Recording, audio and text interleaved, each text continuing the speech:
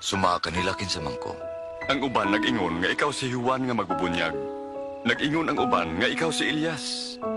Samtang ang uban nag-ingon nga usa ka kapropeta nga nabanaw. Unya kamo.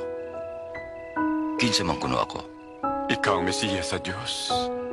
Ayaw ko mong panugilo ni ini. Ang anak sa tao kinahanglan mag-antos og isalikway. Patyon siya. Apan sa ikatulog ka adlaw banhaon. Aduna ba'y muuban ka nako? Musunod ako magtutudlo.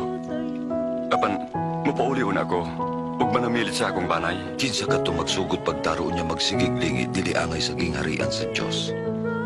Kung may buot nga mosunod ka nako, magtumili sa iyang kaugalingon. Magpasan sa iyang krus tanang adlaw magsunod ka nako. Ang buot magluwas sa iyang kinabuhi mawad-an ini.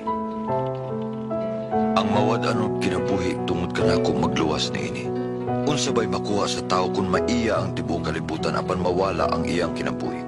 Kung ako ikauwaw sa tao ug ang akong pagtulunan. Ikauwaw usab siya sa anak sa tao sa iyang pagbalik sa iyang himaya.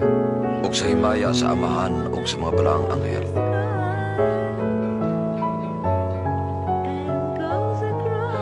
Timan ikini. Adunay bibilat dinhi nga dili